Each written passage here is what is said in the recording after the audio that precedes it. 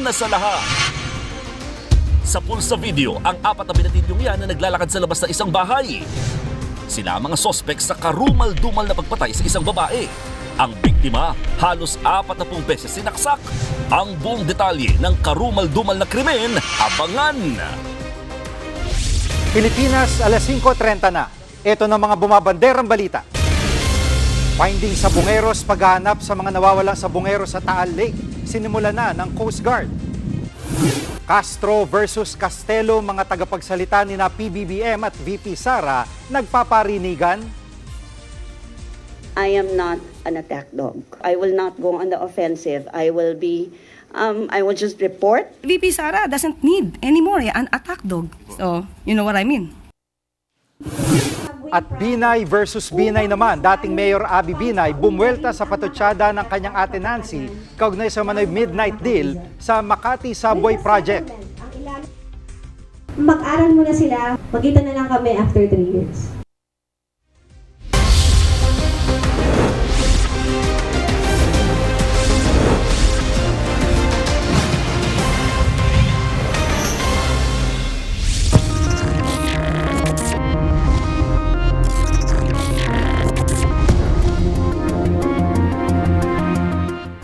Sinimula na ang paghahanap sa missing sa bungero. Sinuyod ng Coast Guard ang ilang bahagi ng Taal Lake na sinasabing pinagtapunan ng mga bangkay. Live mula sa Batangas, nangunguna sa balita si Camille Samonte. Camille, anong ginawa ng Coast Guard dyan ngayong araw? Jiggy, pinuntahan nga ng ilang diver kasama ng ilang opisyal ng gobyerno ang isang palaisdaan dito sa Taal Lake na ituturing nga na ground zero kung saan posibleng itinapon ang ilang bangkay ng mga nawawalang sa bungero.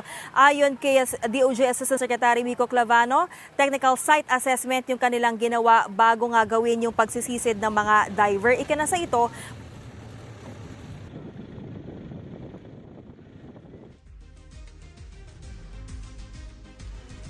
Susubukan po nating balikan si Camille maya-maya lamang, kaugnay pa rin ang kanyang live na report mula sa Batangas.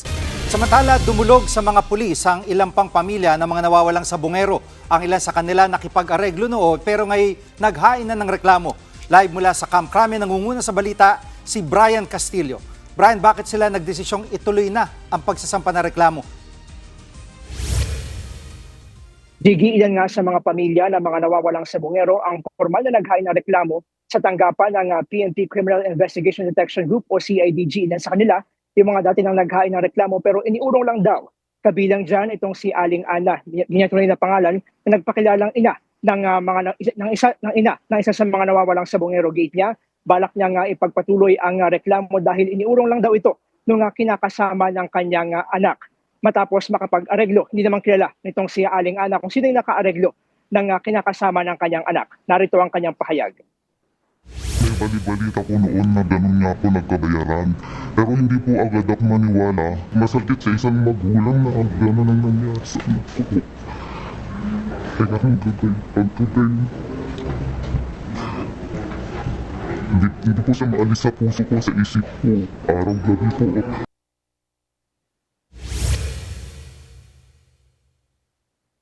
Ang pamilya naman ng East Tabong Master Agent na si Ricardo Lasco ay naghain na rin ng reklamo laban doon sa mga sinasabing nasa likod ng pagdukot sa kanilang kaanak. Kinumpirma rin nila na nakausap nila itong whistleblower na si Julie Patidongan o si alias Totoy. Narito ang kanyang pahayag. Sabi nga namin, masakit man tanggapin na isa siya sabi nakakaalam sa pagkawala ng aming kaanak, pero isa rin siya sa magiging susi sa magbibigay liwanag para sa case namin. Hindi magandang nakaladkad yung mga pulis o kung sino mga government agencies dito na nagpagamit at para lang maisakatuparan yung mga gusto nila. Sa napipinto namang pagsisid doon sa Taal Lake, ay sinasabing pinagtapunan ng ilan sa mga sabungero, umaasa ang pamilya ng mga biktima na magkakaroon na ng pag-usad sa kaso ng misteryosong pagkawala nitong mga sabungero mula 2021 hanggang 2022. Sinasabing pinatay itong mga sabungero matapos sumurong masangkot sa pandaraya sa isabong na negosyo naman ni Atong Ang. Balik sa iyo, Jiggy. Yan pong ulat ni Brian Castillo live mula sa Camp Crame. Tila nakahanap ng katapat ang palasyo sa bagong tagapagsalita ng Office of the Vice President. Nagsagutan ng dalawa tungkol sa iba't ibang issue kabilang ang mga kwestiyon na biyahe abroad ni VP Sara. Live mula sa TV5 Media Center, nangunguna sa balita si News 5 Palace correspondent Maricel Alili. Maricel, ano ang sabi ni Yusek Claire at Attorney Castelo sa issue ng foreign trips? Jiggy, lagyan natin ng konteksto yung sinabi ni Undersecretary Claire Castro. Kasi kung matatandaan natin, Jiggy, nitong mga nakakalipas na araw, ilang beses sinabi ni Palace Press Officer Undersecretary Claire Castro na trabaho, hindi bakasyon. At bagamat wala siyang pinapangalanan dito, mukhang pinapatamaan si Vice President Sara Duterte. So kanina sa programang Ted Filon at DJ Chacha sa True FM, itinanong at hinigan ng reaksyon yung pahayag na yan kay Undersecretary Ruth Castelo, ang bagong talagang tagapagsalita ng Office of the Vice President. Ang sabi dyan ni Attorney Castelo, malinaw na kapag tinignan ng konstitusyon, ay hindi naman ganun kadami yung naka-enumerate na mandato ng Vice Presidente at yung kanyang mandato halos katulad rin lang daw ng mga gawain o mandato ng Presidente. Pero syempre, nagkomento rin dyan si Undersecretary Claire Castro. Ang sabi ni Yusek Castro dyan, tinanong kasi natin siya kung ano ba yung inaasahan at gustong makita ng Malacanang na ginagawa ni Vice President Sara Duterte. Ang sabi ni Yusek Castro, wala naman silang ano bang inaasahan o nais na makita na ginagawa ng Vice Presidente. Pero sana, tantana na yung pag-atake kay Pangulong Marcos. Narito ang pahayag ni Undersecretary Claire Castro. Hindi naman po siguro din kasama sa mandato ng Presidente na laging personal trip o nagbabakasyon. Hindi po natin siya hinahanapan ng anuman trabaho. Wag na lang po niyang pintasan ang pamahalaan dahil ang Pangulo nagtatrabaho. Huwag niya po sanang parang ipangalandakan sa buong mundo na ang Pangulo ay walang direksyon. At Maricel, nakikita ba ng Malacanang na posibleng lumala ang bangayan ng dalawang tagapagsalita? Sabi ni Palace Press Officer Yusek Claire Castro, GV, wala daw labanan o bangayan sa pagitan ng mga tagapagsalita. Ang usapin daw dito ay kung ano yung katotohanan, kung ano yung facts. At kanina, naigiit din ni Yusek Castro na naniniwala naman siyang hindi nga attack dog. Etong si Attorney Ruth Castelo, gaya rin ng sinabi ni Attorney Castelo. Pakinggan natin yung sinabi ni Yusek Castro. Hindi siya attack dog. Definitely, VP Sara doesn't need anymore an attack dog. Hindi niya na po kailangan ng isang attack dog. So, you know what I mean? At Maricel, may mga pagbabago raw sa gabinete, partikular sa PCO at DOE. Tama ka, Jiggy. Kanina, opisyal nang inanunsyo ng Undersecretary Claire Castro na bago na ang kalihim ng Presidential Communications Office at ito nga ay sa katauhan ni Dave Gomez. Si Dave Gomez ay dati ring Malacanang reporter, senior correspondent siya ng Philippine Star at nang matapos siyang magbitiw sa media ay nagtrabaho rin siya bilang opisyal ng Philippine Information Agency at saka pumasok sa corporate industry. Ang pinalitan nitong si Dave Gomez, incoming Secretary Gomez, si outgoing Secretary Jay Ruiz na itinalaga naman para maging miyembro ng Board of Directors ng MECO o yung Manila Economic Cultural Office ng Taiwan. Makakasama niya dyan si dati ring PCO Secretary Sheloy Garafil. Alam mo, Jiggy, lumalabas na si Dave Gomez na ang ikalimang PCO Secretary sa loob pa lamang ng higit 3 taong panunungkulan ni Pangulong Bongbong Marcos bilang presidente. Ang matatandaan natin, ang unang PCO Secretary, si Trixie Angeles, sinundan ni Sheloy Garafil na wala rin, inilipat sa MECO, pinalitan ni former Secretary Cesar Chavez, bago naging si Secretary Jay Ruiz, at ngayon nga, etong si incoming Secretary Dave Gomez. Kani-kanina lamang, Jiggy, bumisita etong si outgoing Secretary Jay Ruiz doon sa mismong press office namin ng Malacanang Press Corps dyan sa new executive building ng Malacanang para magpasalamat. Isa-isa niyang kinamayan yung mga reporters at nagpaalam.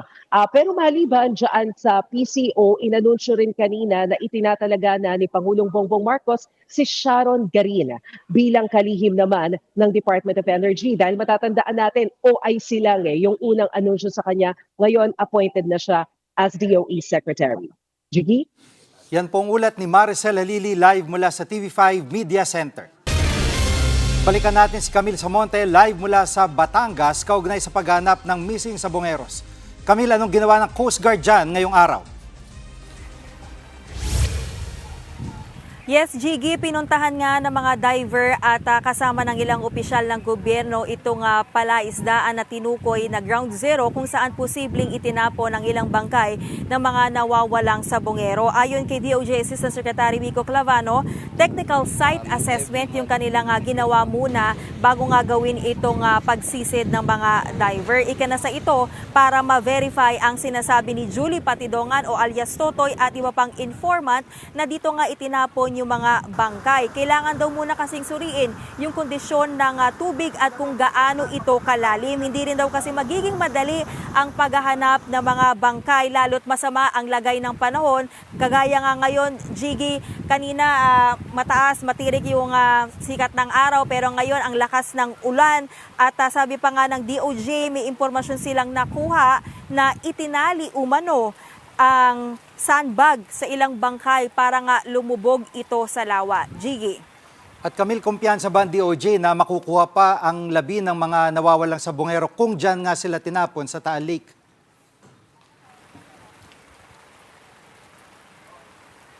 Jiggy, posible nga raw na may ma-retrieve pa rin daw na bangkay ng missing sabongeros at may mga ekspekto rin daw na nag-advise nga sa kanila kung ano yung dapat nilang hanapin. Pero kahit daw na walang labi na makuha, ang mahalaga raw ay mapatunayang ang kasong murder. Pakinggan natin itong pahayag ni Asek Clavano.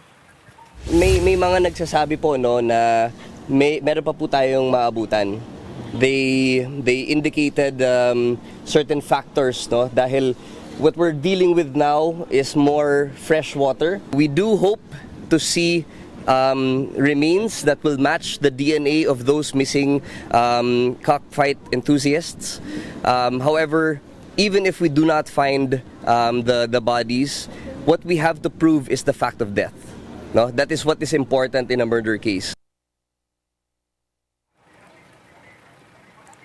Jiggy, umaasa rin yung mga residenteng nakatira malapit nga dito sa Taal Lake na hindi magtatagal itong paghahanap kasi naapektuhan na rin daw yung kanilang kabuhayan. Marami raw mamimili na nag-aalalang bumili ng isda dahil nga sa pag-aakalang kinakain ng mga ito o mga bangkay na itinapon sa lawa. Nauna nang sinabi ng BIFAR na hindi kumakain ng labi ng tao ang mga isda. Jiggy. At Camille, kailan magsisimula yung search and retrieval para sa mga nawawalang sabongero?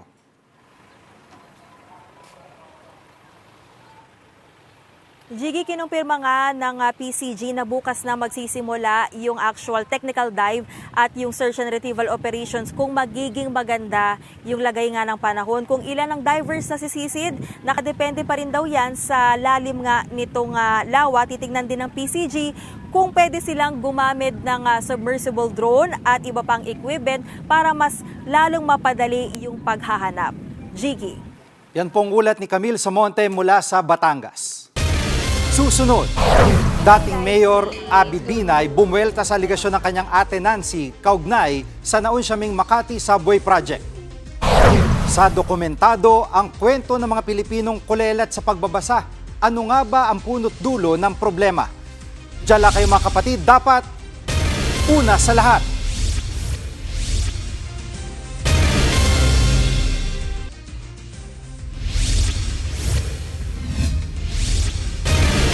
Nanindigan si dating Makati Mayor Abby Binay na mali ang akusasyon ng kanyang kapatid na si Mayor Nancy Binay tungkol sa Makati Subway Project.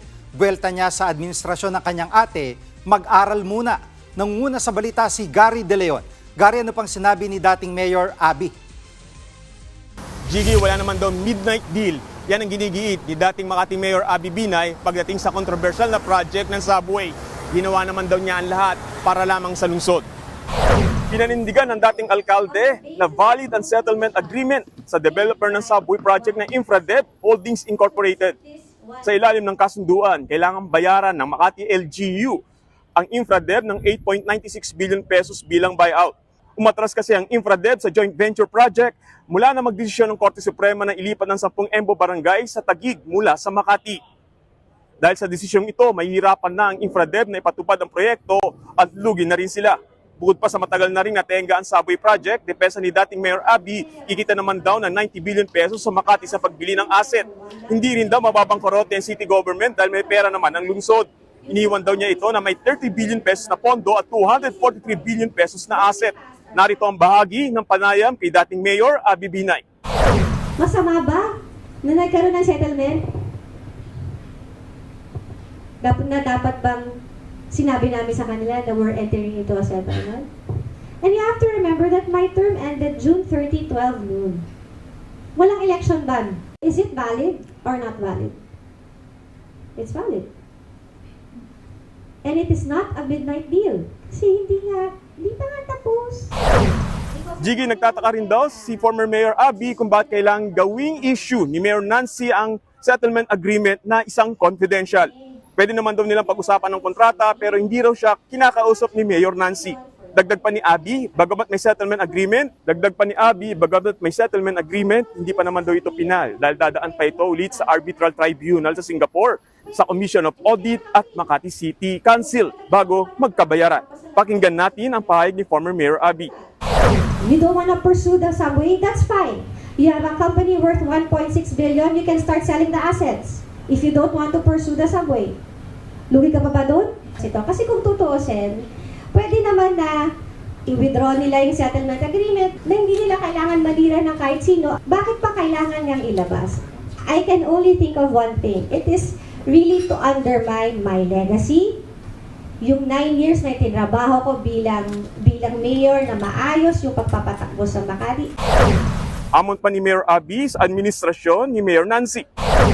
Mag-aral muna sila, magpapahinga muna ako, magkita na lang kami after 3 years. Maaga pa. Wala pang bagong pahayag tungkol dito si Mayor Nancy Binay, pero nauna na niyang iginiit na minadali raw ang kasunduan at kailangan pa itong pag-aralang mabuti kaya pinahihinto niya ang settlement. Balik sa iyo, Jiggy. Yan ang ulat ni Gary De Leon mula sa Makati.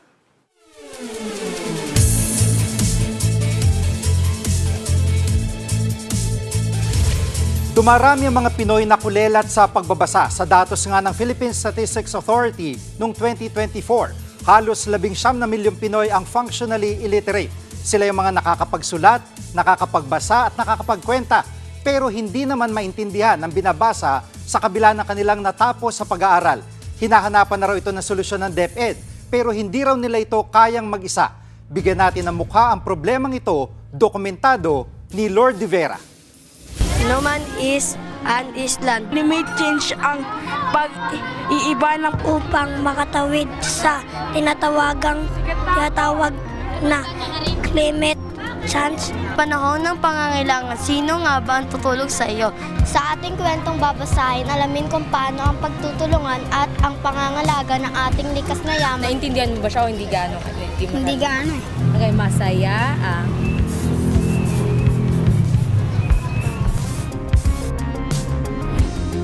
Kung totoo na ang pagbasa raw ay pag-asa, paano kung sa henerasyon nila? Wala palang saysay yung mga letrang nakahanay sa pahina. Sa mga pinunong hinahal ng mga tao. Isang grade 6 student sa Quiapo ang aming nakilala. Magtatapos na siya ng elementarya pero hirap na hirap pa rin magbasa. Hirap intindihin ang tekstong binabasa. Nahihirapan po ako sa pinagbabasa po ako ni Ma'am. Nagtatawa lang po. Nahiya po. Mukhang hindi lang sa letra at sa English siya nahihirapan pala. At kahit grade 6 na, sinubukan namin na pagbasahin siya ng reading material ng DepEd na pang grade 1. Pero nangangapa pa rin siya. Ano Hindi, sa English, ito, yung past tense nito, run. Alam mo ba ibig sabihin ng past tense? Ano sa English ang 20? Dalawa ang po. Kung may po, ilan yun? 20. Pamahalaga ang upang makilala. At kung tatanungin ng nanay ng bata sa kahinaan sa pagbabasa ng anak, Hindi pa siya masyadong makapigkas ng mga words na kahit Tagalog siya or English, hindi pa niya kayang basahin talaga ng straight. ang salarin daw ay Nalulung siya sa gadget. Minsan kasi 4 a.m. gising pa siya, naglalaro pa siya ng computer. siguro nga, pero marami rin mga batang adik sa gadgets. Pero sa hirap ng bata sa pagbasa, hindi kaya may kinalaman din ng isang bagay o yung kawalan ng isang bagay na hindi mo makikita sa bahay na ito. Kahit isang pahina o kahit isang pilas o piraso ng papel na babasahin. Wala kahit isang libro, dyaryo, kahit anong magazine, kahit comics ganun din kaya ang sitwasyon sa bahay ng mga batang ito. Ang kultura na isang pamayanan. Ano ang iyong ginawa? Hindi tayo maligaw. Trupi o ay nakandas. Ay pa di sa to ay nakakatuwang gayon. Alam nyo, kung totoo nga na mas malawak pa talaga ang problema, ang henerasyon nila ay dumadaan lang sa eskwelahan na para bang mga pasahero sa isang pumaharurot na tren at pagdaan sa istasyon, nababasa yung mga nakasulat pero hindi lubos na nauunawaan. Kaya hindi alam kung ano ang pupuntahan.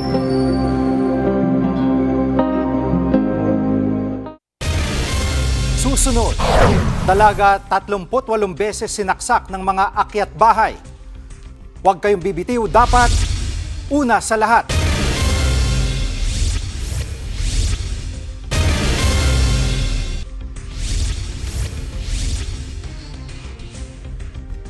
Puspusan pa rin ang paghahanda ni pambansang kamao Manny Pacquiao para sa laban niya kay American boxer Mario Barrios.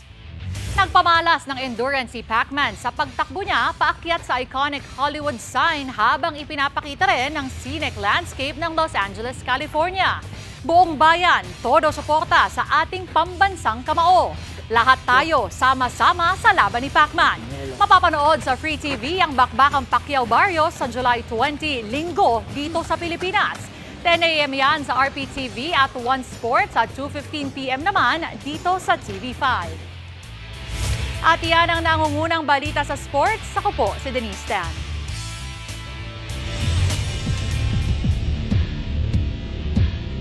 Narito mabilis sa pasada sa iba pang balita. Dead on the spot ang isang lalaki matapos pagbabarilin ng riding in tandem sa Makati City. Sugatan din ang dalawang kainuman ng biktima. Inaalam pa ang pagkakakilanlan ng mga salarin at ang motibo sa krimen. Patay ang 19 anyos na babae matapos tagtarin ng saksak ng 4 na menor de edad na lalaki sa Davao del Norte. Base sa investigasyon, pagnanakaw ang motibo sa krimen pero nakita umano ng biktima ang mga sospek kaya napilitan silang patayin ito. Nadakip sa follow-up operation ng dalawang sospek habang patuloy na tinutugis ang dalawa pa. Patay ang isang babaeng nakaangkas sa motor matapos silang salpukin ng isang kotse sa Lubao, Pampanga. Sugatan naman ang nagmamaneo ng motorsiklo. Patong-patong na reklamo ang harapin ng driver ng kotse. Timbog sa bypass operation ng isang lalaki sa Quezon City. Nakumpiska sa kanya mahigit 300 gramo ng shabu. Tinatayang nasa 2 milyong piso ang halaga nito. Gary De Leon, News 5. Mga bumabanderang headlines, alam mo na, dapat una sa lahat. Abangan niyo po kami ulit bukas dito sa TV5, sa 1PH, RPTV, True TV at 105.9 True FM.